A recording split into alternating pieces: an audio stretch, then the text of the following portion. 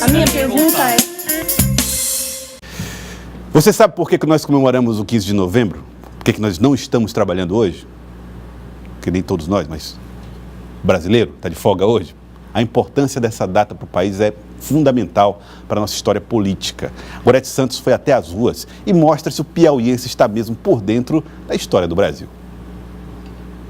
As lojas fecham, as ruas se esvaziam. O serviço de transporte não tem a mesma regularidade. Foi assim também em 15 de novembro de 1889. Mas aquele não era um dia de descanso, não. Proclamava-se um dos mais importantes acontecimentos da história do Brasil. Quase 130 anos depois, a origem de mais um feriado que alegra a maioria dos brasileiros é desconhecida por muitos filhos dessa pátria. É dia do 15 de novembro, é dia do meu aniversário. É o seu aniversário? É dia 15 de novembro. Mas a senhora sabe o que comemora nessa data além do seu aniversário? Eu sei, porque eu não estou lembrando agora. Proclamação da República. Isso. Significa uma liberdade do povo brasileiro, né? Através da independência. A proclamação da República. O que significa? Lembra? Não. O processo de independência havia ocorrido quase 70 anos antes, em 1822, por Dom Pedro I. O momento em questão era outro, de substituição do sistema político. Caía a monarquia e o imperador Dom Pedro II seria expulso do Brasil dias depois. Começava ali a República, proclamada pelo Marechal Deodoro da Fonseca, no Rio de Janeiro, então capital do país. Foi essa mesma elite agrária que protagonizou, junto com o Exército, né, que se uniram convenientemente para derrubar o Dom Pedro II e, a partir de alguns valores liberais, positivistas, abolicionistas, que influenciou o Exército brasileiro e, unido a essa oligarquia, essa aristocracia, eles convenientemente derrubaram a monarquia como forma de governo e proclamaram a República por meio de um golpe no dia 15 de novembro de 1889. Historiadores citam muitos motivos que impulsionaram o levante contra a monarquia. O Exército reprovava a corrupção existente na corte e também já não tolerava ter que pedir autorização ao monarca para se manifestar à imprensa. Proprietários rurais estavam insatisfeitos com a falta de autonomia nas províncias e com a abolição da escravatura ocorrida um ano antes. O movimento teve o apoio ainda da classe média, que desejava mais liberdade e maior participação nos assuntos políticos. Até a igreja estava descontente com a interferência do imperador em assuntos religiosos. Mas o passo inicial para a democracia não traria rupturas profundas com o antigo regime para todas as classes. A condição do negro, mesmo com a abolição da escravidão, a Lei Áurea, ela permaneceu, né? O negro não foi integrado na sociedade, pouquíssimas pessoas tinham o direito do voto, então a cidadania social, a cidadania política, ela praticamente inexistia, né? Era uma pequena parcela da população que votava. E cidadania civil nem se fala, não se pode falar em cidadania civil onde um governo era autoritário, era excludente. Comemorar o 15 de novembro não se trata apenas de comemorar a data, de celebrar a data e revisitar o passado. Se trata de uma data para você refletir, né, o conceito do que é república. E qual é o desafio da República nos dias de hoje? Pegando aí já o gancho do que disse o historiador. É importante que nós reflitamos sobre isso. Para falar mais sobre esse assunto, nós estamos recebendo aqui Robert Bandeira, que é cientista social, e conversa conosco a respeito do cenário atual da República Brasileira. Robert Bandeira, boa tarde, obrigado por aceitar o convite de estar aqui no Jornal do Piauí. A República, ela continua tão importante quanto nunca, mas ela tem desafios novos. A República está conseguindo resolver os problemas do brasileiro com esse sistema político que nós adotamos? Boa tarde. Interessante a gente observar, em primeiro momento, que por república a gente vai entender no seu conceito, digamos assim, da própria palavra, a res publica, né? Seria a questão do governo para a coisa pública, né? Então, esse público, ele é praticamente dividido, né, no momento em que a gente tem uma noção mais liberal, como o historiador bem colocou, né? Ou seja, em 1891, a nossa Carta Constitucional Republicana, ela traz preceitos que a gente pode chamar de institucionais, né? Ou seja, institucionalmente o Estado ele abre, né? Ou seja, a partir da expulsão do imperador, ele abre para uma questão quebrando com a noção anterior, com o regime antigo. Certo, não teríamos mais uma monarquia e o fato de sermos uma república também acabaria naquele momento com o patrimonialismo, aquela confusão entre o que é do gestor e o que é do povo, a autoridade para mexer e se apropriar do que é público. Isso também cai com aquele período? Institucionalmente, a lei tenta trazer isso, né, com a Carta Constitucional de 1891. Porém, na prática, não. Inclusive nos dias de hoje, você... Inclusive nos dias de hoje. Ou seja, hoje, se a gente for observar a política brasileira, a gente não consegue observar a política brasileira sem uma gramática política, né? Me remetendo aqui a um autor chamado Edson Nunes, ainda vivo, né? Ele tem um livro que ele chama Gramática Política do Brasil. E uma dessas gramáticas políticas é o clientelismo, né? Ou seja, até hoje a gente não consegue desgarrar das decisões políticas a noção do sistema clientelista, né? Ou seja, o que seria o clientelismo? Essa questão desigual entre aquele que tem o poder e aquele que não tem. Mas aquele que tem o poder, em momentos, por exemplo, de eleições, necessita daquele que tem o poder do voto. Então acaba que faz uma troca que a gente chama de troca assimétrica, né? Ou seja, essa assimetria seria da forma de diferença entre aquele que tem o poder e aquele que não tem, de forma desigual.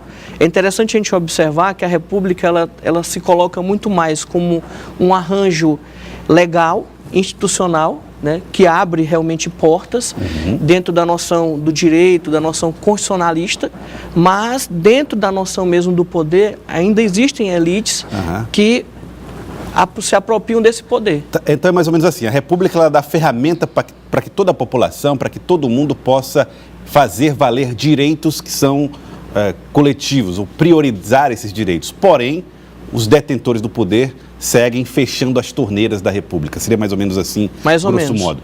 E quais são essas ferramentas que a República traz, que o senhor considera instituições que são importantes e que tem que receber a atenção do cidadão? A República hoje, a República ela tem várias concepções, vários conceitos. Mas eu vou trazer para cá a questão de uma forma de inclusão. Então, ela pode incluir pessoas, ou seja, incluir grupos, né? A gente tem, durante, né, a história do Brasil, a gente pode observar, por exemplo, o direito de protestar, o direito de greve, por exemplo. Mas eles já seriam mais ligados à democracia. Sim, que a República, na verdade, ela seria o quê? A própria democracia, ela pode ser liberal, ela pode ser republicana. Então, ou seja, essa própria inclusão de pessoas no sistema... Só é permitido numa república. Uma república. Ou seja, a democracia liberal, ela tem mais um veio, digamos assim, de você votar e ser votado. A democracia republicana, ou seja, o Brasil é uma república federativa, né? Dentro da democracia a partir de 1988, e essa república, ela requer não só uma democracia representativa, da gente votar e ser votado, mas também de uma participação. Ou seja, abre-se o leque da participação. Então, tanto que na Constituição 88 nós somos uma democracia direta e indireta. Nós somos uma democracia indireta ao votar em pessoas e podemos ser votados, né, dependendo das exigências legais, e também podemos participar. Participamos de conselhos, a própria sociedade civil. Podemos participar através de iniciativa de lei popular, podemos participar de sindicatos, movimentos sociais. Ou seja, essa abertura... Todas essas instituições são resultado da criação da República, seria isso? É republicano. São republicanos. Isso é republicano.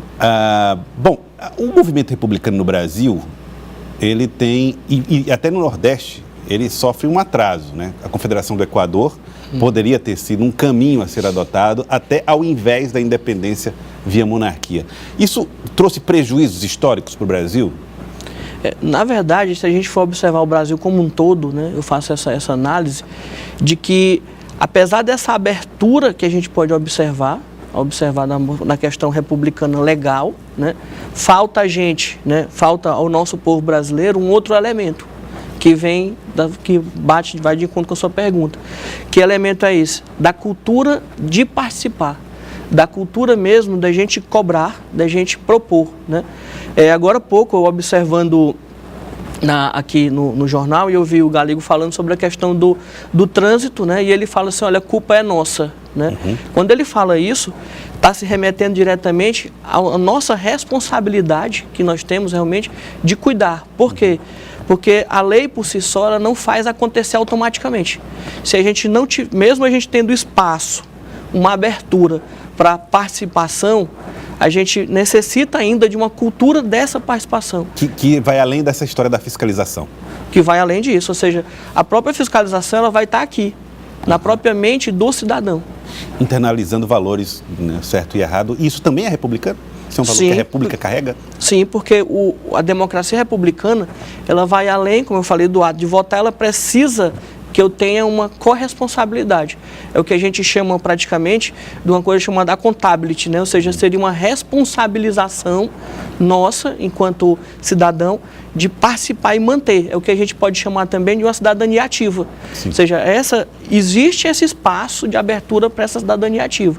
Ou seja, a manutenção constitucional disso é interessante, ao tempo em que eu preciso ter essa cultura. O que pode vir a acontecer, por exemplo, mais à frente, é se eu fechar esses canais constitucionais, eu posso definhar o pouco do ganho, né, que se teve com a história, né, da República no Brasil. Agora, para a gente falar aqui a respeito de episódios recentes, nós tivemos aí escândalos de corrupção, grande utilização de empresas públicas para financiar campanhas, para enriquecimento ilícito das pessoas que estariam ali para cuidar da coisa pública. O Estado do Rio de Janeiro está sofrendo demais por causa do excesso de corrupção que, segundo as investigações, foi comandada por Sérgio Cabral, governador lá do Rio de Janeiro. Esses episódios, na sua opinião, comprometem a República? Ou eles são uma demonstração de que a República funciona justamente porque essas pessoas foram descobertas? O que é interessante a gente observar é que o primeiro ponto que a gente tem que observar é que a corrupção ela é endêmica no nosso país, né? Ou seja, ela vem de muitos e muitos anos, né? É só a gente observar a própria história mesmo que a gente faz essa análise. O próprio historiador, quando há pouco colocou a questão do 15, né, de novembro, lá explicando as suas origens, a gente já observa um reordenamento de uma elite desalojando outra. Ou seja, o que a gente vai observar agora é uma perseguição à corrupção, mas uma perseguição à corrupção meio que seletiva. Ou seja, você pode observar, reportando ao candidato à presidência, né, o eleito agora, o Bolsonaro ganhou, e ele levanta uma bandeira de contra a corrupção, mas ao mesmo tempo ele monta uma equipe que está eivada de corrupção. Ou seja, basta a gente observar, é uma pergunta até interessante, né, se a gente vê muito na noção sociológica, combate à corrupção para quem? Né? Ou seja, é interessante a gente observar o combate à corrupção como um todo. Você acha que seria o ideal. A proclamação da República em 1889 foi um argumento para derrubar uma elite para que outro ocupasse o lugar, não foi propriamente um compromisso com a República? É mais ou menos isso? Mais ou menos isso, é um desalojamento de uma elite por outra. Cada revolução guarda um pouco dessa mesquinharia, é isso? Sim, tanto que a gente chama isso de, no Brasil, revoluções pelo alto, ou seja, não vem de baixo. Nessa mesma época, se você tem uma noção, a Europa, a população, a sociedade se voltava contra o Estado, porque o Estado ele queria, entre aspas, acorrentar as iniciativas da sociedade. E no Brasil foi o contrário. Esse foi o motor da Revolução Francesa, por exemplo. Por exemplo. Que inspirou a República Brasileira. Sim, só que a República Brasileira, quem capitaneia ela é o Estado, não é a sociedade. Para manter ali um certo controle. Um certo controle. E elites substituindo elites. E o povo continua na Câmara de Baixo. Correto. E se a gente fizer essa análise, que chama de dependência de trajetória de lá para cá, a gente vai ver muita coisa da história se repetindo. Ou seja, com atores novos, muitas vezes, mas se repetindo. Então, é sempre buscando a noção de poder, sempre observando a questão de interesses. E o que a gente pode observar, colocar na questão da República é que falta uma análise entre a Constituição, o constitucionalismo que garante o direito, com a questão mesmo o encaixe da cultura democrática, republicana, né? Que, ao meu ver, falta muito a gente, né? Então a gente fecha muito isso. Olha, Robert, muito bom conversar com você. Robert Bandeira, cientista social. Poderíamos conversar mais ainda sobre esse assunto. Vou aguardar as suas publicações. Robert, muito obrigado, cientista social. Obrigado. Robert Bandeira, obrigado pela participação aqui conosco.